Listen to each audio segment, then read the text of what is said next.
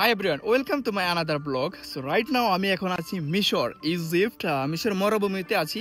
আর এখানে আমি একটু দেখানোর চেষ্টা করব। আমার পিছনে দেখতে পাচ্ছেন যে তিনটা ঘর আছে উঁচু উঁচু কবরস্থানের মতো। এটা হচ্ছে ফেরাউনের, যেটা মিশর পিরামিড এরিয়াতে আছি যে মরুভূমিতে। আর এখানে প্রচুর পরিমাণ উট এবং ঘোড়া রয়েছে, যেগুলো রাইডিং করে আপনি এটার ভিতরে প্রবেশ করতে পারেন বা এক ঘর থেকে অন্য ঘরে প্রবেশ করতে আপনাদের সুবিধা হবে, কারণ এখানে প্রচুর পরিমাণ রোদ। আর এখানের রাস্তাগুলো তো দেখতে পাচ্ছেন শুধু মরুভূমি।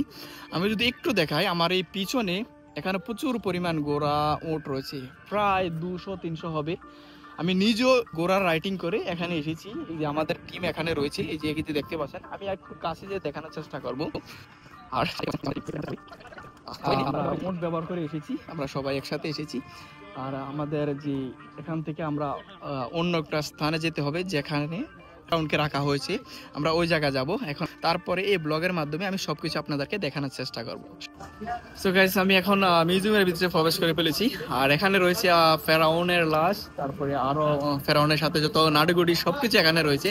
আমি আজকের এই ব্লগে সম্পূর্ণ সবকিছু দেখানোর চেষ্টা করব, সবাই সাথে থাকবেন।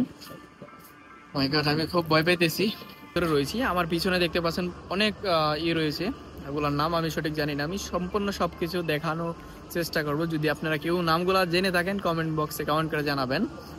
ফেরাউন মানেই তো শয়তান, ফেরাউনের দেশে আছি তো ফেরাউনকে দেখানোর চেষ্টা করব। সবাই একটু হলো আমার এই ভিডিওটি শেয়ার করে দিবেন যারা দেখতেছেন। সো গাইস, মিউজিয়ামের ভিতরের অবস্থা দেখতে পাচ্ছেন। আমি সম্পূর্ণ সবকিছু ভিডিও আকারে দেখানোর চেষ্টা করব। অনেক ভয়ঙ্কর দৃশ্য, যা বলে বোঝাতে পারবো না। যত শয়তান নাড়িগুড়ি সব রয়েছে, সব এই মিউজিয়ামের ভিতরে রয়েছে। মাই গড, সবাই কমেন্ট করবেন কোন চরিত্র কি নাম, আমি সঠিক নিজেও জানি না।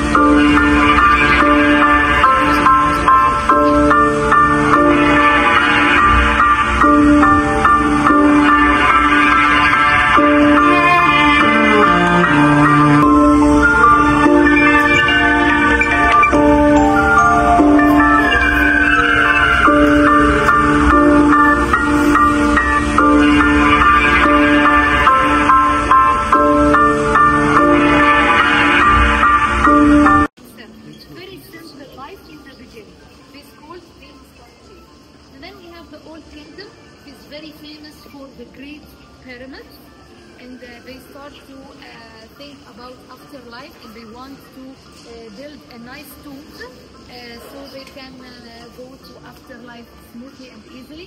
And the most fantastic pyramid was the old kingdom, and that's from about 4,500 years from now.